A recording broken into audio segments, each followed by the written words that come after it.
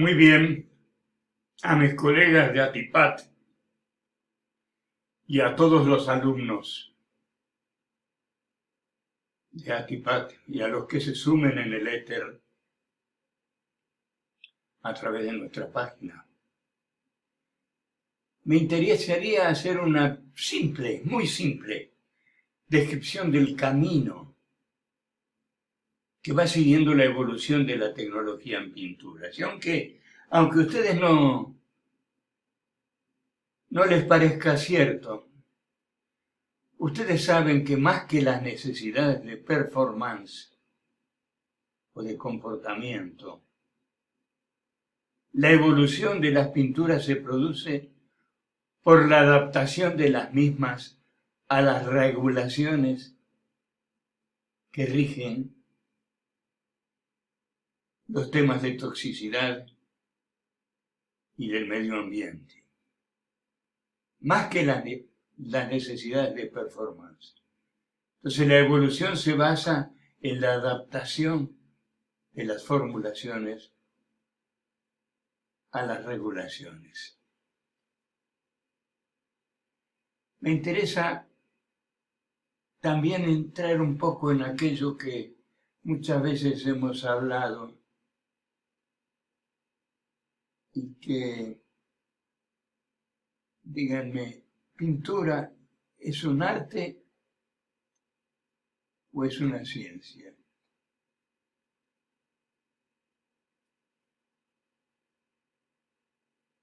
Para responder esto, debiéramos hacer un poco de historia, definir la pintura, cuáles son los componentes y sus respectivas funciones, cuáles son los conceptos físico-químicos que fundamentan la tecnología de las pinturas, y hablar de las reacciones químicas, la funcionalidad, la polaridad, los monómeros, dímeros, polímeros y conceptos de curado total.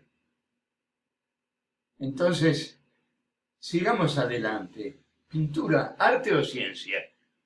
Es una cosa que siempre se presenta como pregunta.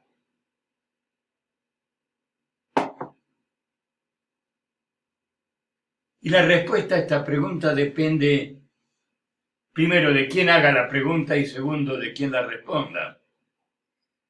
Si el que la responde es un químico, un ingeniero sin duda, hablará del desarrollo de una tecnología específica que ubica a esta especialidad en capítulos científicos que marcan a las pinturas como un capítulo de la ingeniería y la físico-química. Sin duda es así, pero si se trata de un pintor, un artista, un arquitecto, es probable que también hagan mención a la voluntad de forma, a la expresión y al idioma de los colores. Pero no obstante, ambas posturas tienen un fundamento, por lo cual podríamos interpretar la cuestión como una idea en la cual ambos conceptos están involucrados, sin ninguna duda. Y pensemos que desde la más remota antigüedad los seres humanos manifestaron su interés por los colores y la representación de las formas.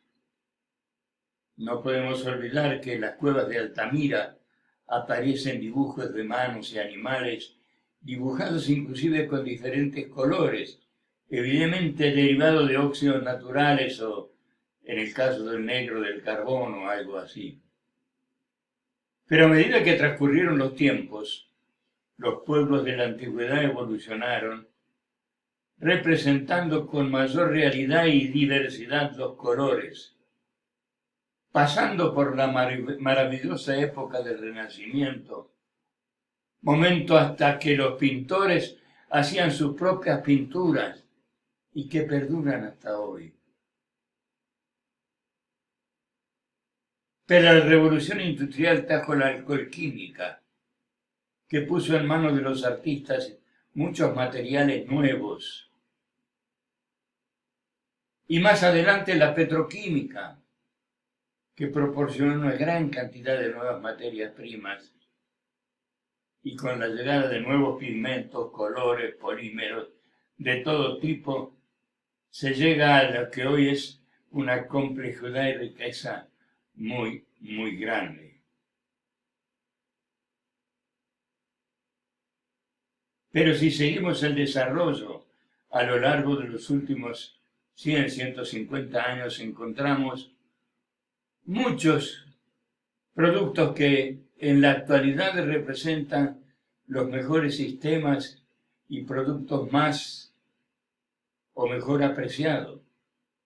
Pero muchos de ellos ya estaban en conocimiento hace mucho tiempo. Pero con la llegada de los materiales derivados del alcohol química y la petroquímica a precios lógicos y a una buena disponibilidad, todos ellos cobran hoy una gran actualidad.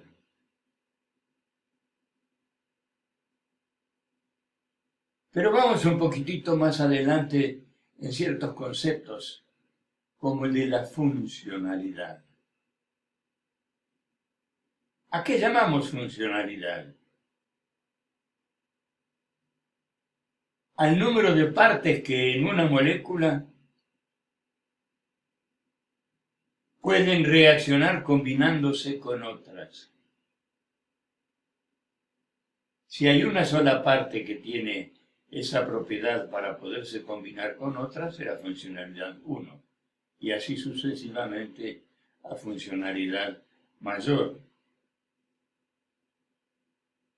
Pero si nosotros vemos, por ejemplo, un poquito nuestro panorama científico, vemos que hay sustancias simples y hay sustancias puras. Sustancias simples y sustancias puras. ¿Qué son las simples? Muy sencillo. Las simples son aquellas sustancias que están compuestas por un mismo elemento. Y las puras por aquellas que están compuestas por las mismas moléculas. Ahora bien, la funcionalidad o grupos reactivos, miren este par de escardillos. Acá hay 3 puntos, donde pueden entrelazarse con otros 3 puntos acá. O sea que esta funcionalidad 3, pero cuando se juntan, forman una unión muy fuerte, ¿no es cierto? Una unión muy fuerte. O sea que las reacciones químicas pueden darse, se dan a través de los grupos funcionales y están condicionados por 2 cosas que las van a comprender inmediatamente. Primero que nada, un nivel de energía que es necesario se pase para que esa unión se pueda producir. Y aparte un nivel de probabilidad o encuentro de que esos grupos reactivos se puedan encontrar y unirse. Pero el nivel de energía y el nivel de probabilidad, pensemos un poco que al nivel de energía se lo llama la entalpía y al nivel de probabilidad la entropía. Y si pensamos un poco, miren con qué facilidad y con qué simpleza hemos descrito el primero y segundo principios de la termodinámica. Nivel de energía y nivel de casualidad o encuentro. Fantástico, ¿no? Pero vamos a ver estudiar un poco más a fondo el tema de la funcionalidad, porque tenemos, a ver si puedo correr bien esto, tenemos una posibilidad muy grande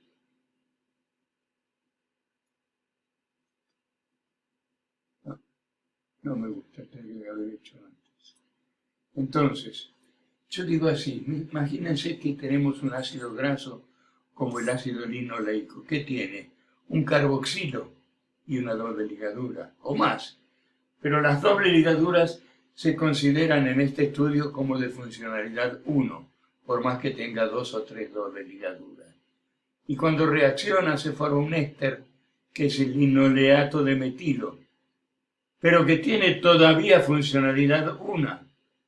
Por tanto, se puede formar una reacción entre dos moléculas de este linoleato de metilo, formando un dilinoleato de metilo, ¿no?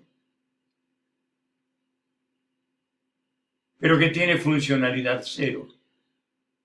Concluimos que un polímero más alto, más complejo que un dímero de funcionalidad 0 no se puede producir a través de un compuesto de funcionalidad 1 y uno de funcionalidad 2. Solamente un dímero de dilinoleato de metilo.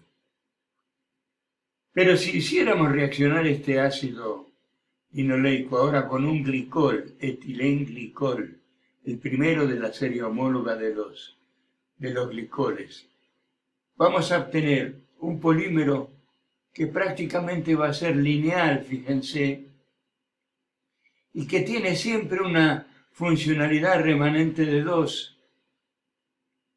O sea, un polímero 2,2 puede crecer hasta que pongamos límite, pero ¿a través de qué? A través de una estructura lineal. ¿Y qué propiedad tendrá este polímero de estructura lineal? Y sencillamente una elasticidad determinada. Entonces tendremos acá un polímero que es un plastificante. Ahora pensemos que este ácido linoleico lo hacemos reaccionar con la glicerina, que es el 1,2,3 propanotriol. Y fíjense, estos oxidrilos, primero acá hay uno que es secundario, por tanto vamos a considerarlo como 1, pero en realidad es una fracción de 1, pero dejémoslo ahí. Pero lo que sí les quiero decir es que estéricamente estos oxidrilos no están en un plano, sino que están en el espacio, en una estructura tridimensional. Por tanto, el polímero que se forma de linoleato de glicerilo va a dar como un polímero 3,3, un polímero reticulado en el espacio y que siempre va a tener una funcionalidad de 3.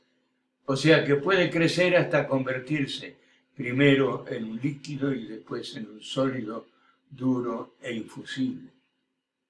Eso con la glicerina, pero imaginémonos que nuestro simple ácido linoleico lo hacemos reaccionar con el pentaritritol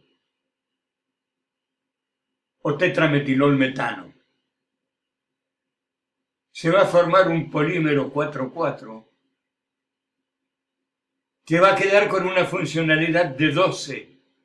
Así imagínense cuando este polímero va creciendo, se va haciendo cada vez más complicada la estructura y más dura y más insoluble el polímero formado.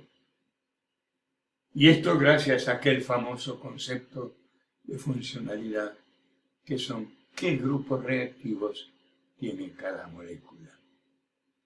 Y así se forman las grandes familias de polímeros. Y hay dos tipos de familias muy importantes.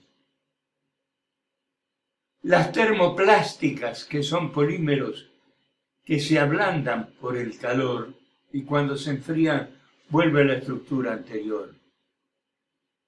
Si se ablandan o se hacen gomosos o cosas por el estilo, cuando se enfrían vuelve al estado anterior de una cierta dureza o forma. Y los termorrígidos, que son polímeros que se forman por el calor y que son insolubles en los solventes que le dieron origen y se hacen ya infusibles. A medida que la temperatura aumenta, le digo, es infusible, lógicamente, pero si sigo aumentando la temperatura, además de calentarse, puede llegar a una temperatura en que se produzca una descomposición del polímero y se queme. Entonces, esas son las características y propiedades más importantes de las ambas familias termoplásticas y termorrígidas. Y hay pinturas, hay plásticos, hay adhesivos, hay selladores, que pertenecen a alguna de estas dos grandes familias. Y sus propiedades se aprovechan precisamente con fines prácticos. O sea, una pintura correcta y una aplicación adecuada debe dar el resultado esperado. Y si no da el resultado esperado, ¿qué es lo que aparece? Aparecen defectos. Y estos defectos siempre son motivo de costos y de problemas, porque la inobservancia de algunos de los factores, tanto de aplicación o de composición, pueden ocasionar defectos, y los defectos dan pérdidas, y las pérdidas influyen en los costos. Y no nos olvidemos que todos los que trabajamos por el margen, y el costo es algo que nos afecta al margen. Y miren la pequeña lista de chorreos, de defectos que he mencionado aquí. Y todos tienen alguna esperanza de solución o de problema cuando aparecen. Así la nivelación. Si hay un sistema que nivela mal, aparecerá un problema que es la falta de nivelación, con sus sucesivas influencias en el brillo, en el aspecto, etc. O el chorreo, cuando por alguna razón yo aplico la pintura, y la pintura porque la apliqué muy gorda, de mucho espesor, o porque los solventes se evaporan demasiado lentamente, por acción de la gravedad se produce el chorreo de la pintura y es un defecto muy visible y nada bueno. Pero hay forma de evitarlo. Hay veces que se produce el manchado o que el sistema tiene metamerismo. No sé si saben lo que es el metamerismo. El metamerismo es una propiedad de un determinado color que cambia de color según cuál es la longitud de onda de la luz que lo ilumina. Por ejemplo, un día me rayaron una puerta del coche y lo llevé al chapista. El chapista me dijo, bueno, mire, usted sabe algo de pintura, yo acá no lo puedo retocar esto porque está toda la puerta envuelta, o sea, tengo que pintar de vuelta esta puerta. Y bueno, me tuve que tragar el sapo y pagar el arreglo. ¿Para cuándo? Para el jueves. El jueves, como un solo hombre, fui ahí y el chapista me dijo, mire, véalo, quedó perfecto.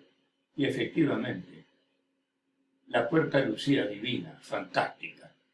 Ni se veía la raya, nada, el color estaba exacto.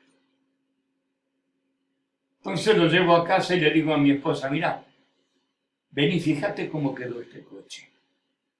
Esta puerta que me pintó el tipo es un artista. Entonces entramos al garaje y prendimos la luz fluorescente. Y ella me dice, me estás cargando. ¿A vos te parece que está igual ese color? Y efectivamente, la puerta se veía de cualquier color menos el que correspondía. ¿Por qué? Porque la pintura con que él había pintado la puerta tenía un defecto que se llama metamerismo, que a la luz del sol se veía bien, pero a la luz de los tubos fluorescentes se veía diferente.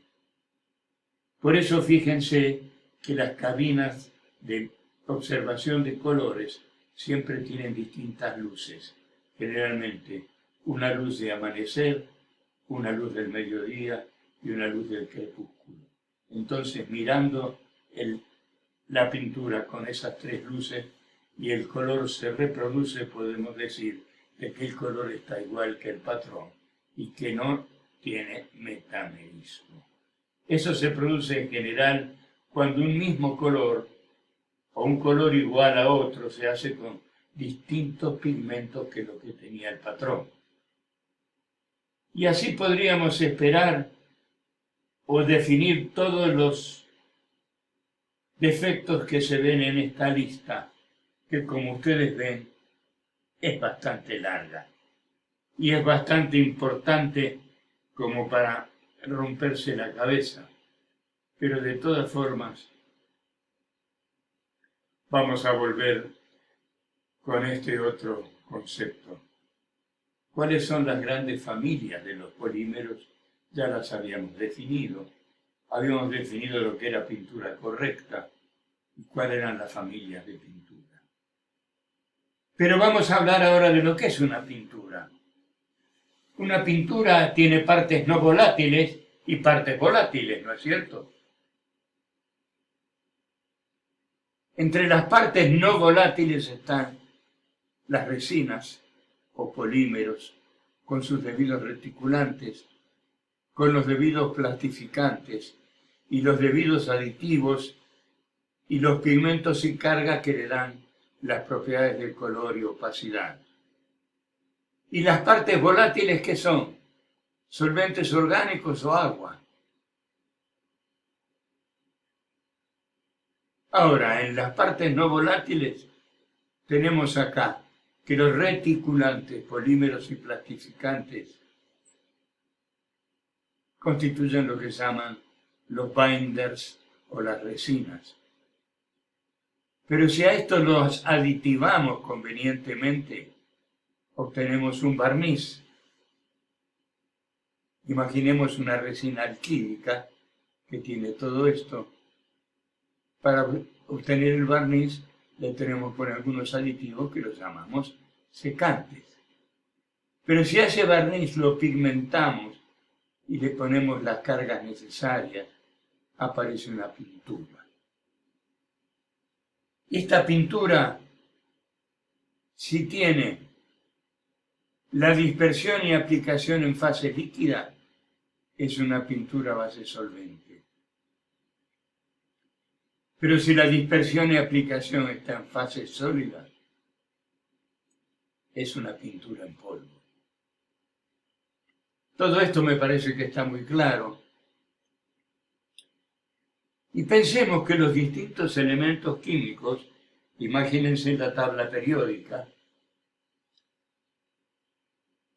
tienen distintas electronegatividades. La electronegatividad crece de derecha a izquierda en la tabla periódica. Pero si hay una unión entre dos elementos que tienen distinta electronegatividad, evidentemente entre ambos, cuando se forma el compuesto, se forma un dipolo. Y si hay un dipolo, aparecen los compuestos polares. Y si no los hay, aparecen los compuestos no polares. Pero imaginemos un compuesto muy simple, cloruro de sodio. El sodio como elemento está prácticamente a la izquierda de la tabla periódica. Y el anión cloruro o el cloro está prácticamente en la parte derecha. Por tanto, el cloruro de sodio es un elemento, un compuesto polar, hasta tal punto que aún en estado sólido está en estado iónico. Pero esto no pasa cuando hay dos elementos que reaccionan entre sí y que tienen una electronegatividad muy parecida. Bien, está claro esto, ¿no? Fíjense, nosotros hemos hablado hoy día de pinturas de raza fuerte, digamos, un esquema epoxi, un esquema poliuretánico, un esquema de caucho clorado, etcétera, etcétera. una poliurea, que son compuestos o son esquemas de pintado que modernamente se dice que son los esquemas más duraderos, más duros, más brillantes, más lindos, etcétera, etcétera. Pero si usted piensa, por ejemplo, que en 1907 ya estaban las resinas fenólicas, pero para que esto triunfe, ¿qué tenía que haber? Materia prima barata, si no, no. Y miren, en 1947 aparecen las resinas epoxi.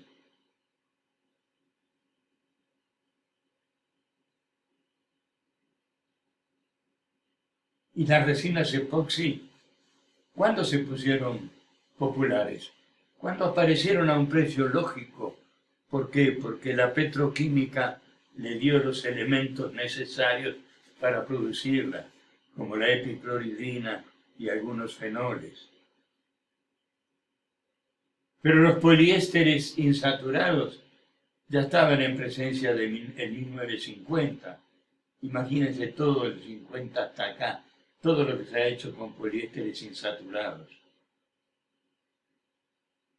Y el endurecimiento de las resinas epoxi, por ejemplo, con la aparición de las poliamidas en 1951, también 1951 a 1920, hay unos años.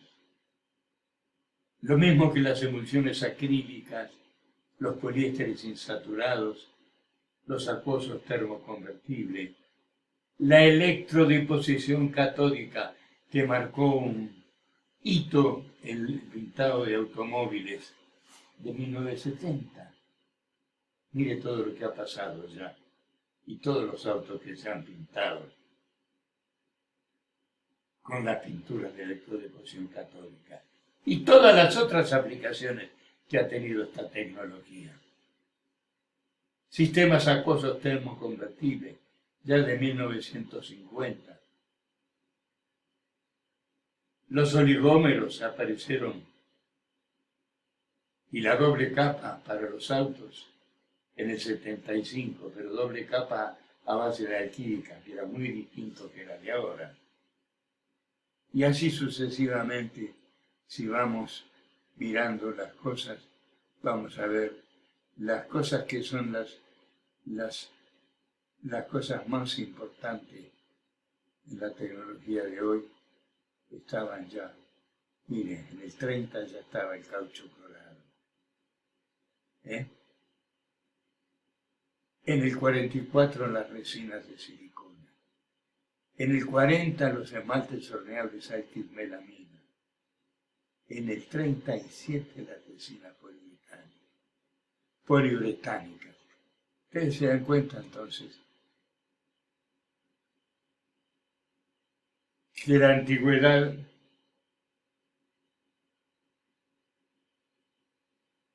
de las pinturas no son tan nuevas como decimos, pintemos con un sistema moderno. Sí, que ya se conoce de hace muchos años. Pero me interesa que describamos algo que es muy importante, que es saber cómo puedo determinar cuándo una cierta pintura o sistema de pinturas ha curado totalmente. Hay varias maneras, Hay varias maneras. Pero me parece que esta que yo he elegido es una manera muy real, muy interesante y muy demostrativa. Si yo hago un gráfico donde pongo en ordenadas la dureza per sos es un durómetro para pinturas, prácticamente los horneables se toman con per sos. En función de ordenadas donde voy representando el tiempo en días. Y tengo una pintura de epoxi poliamida de 2 componentes, que todos en el mercado sabemos que dice, una epoxi poliamida cura en 7 días a temperatura ambiente. ¿De dónde viene eso? Mire, si yo pinto un epoxi poliamida y le voy tomando la dureza a través de los diferentes días, mire, en el día 2 todavía tiene 150 de dureza. quizá la uña no entre, pero todavía le falta mucho camino para recorrer. En el día 4,5 tiene ¿cuánto? 250 de dureza. Pero a partir del día número 7, la dureza no cambia. Si no cambia la dureza, ¿qué significa? Que la epoxi y la poliamida han reaccionado totalmente. Y bien, amigos, distinguidos colegas y estimadísimos alumnos, qué simple es describir todo esto. Qué bueno es analizarlo con esta simpleza. Así que les digo que lo miren con cariño, que razonen y que espero esto sea un hito más en el conocimiento de nuestra especialidad pinturera. Amigos, hasta siempre. Hugo Haas, desde Atipat.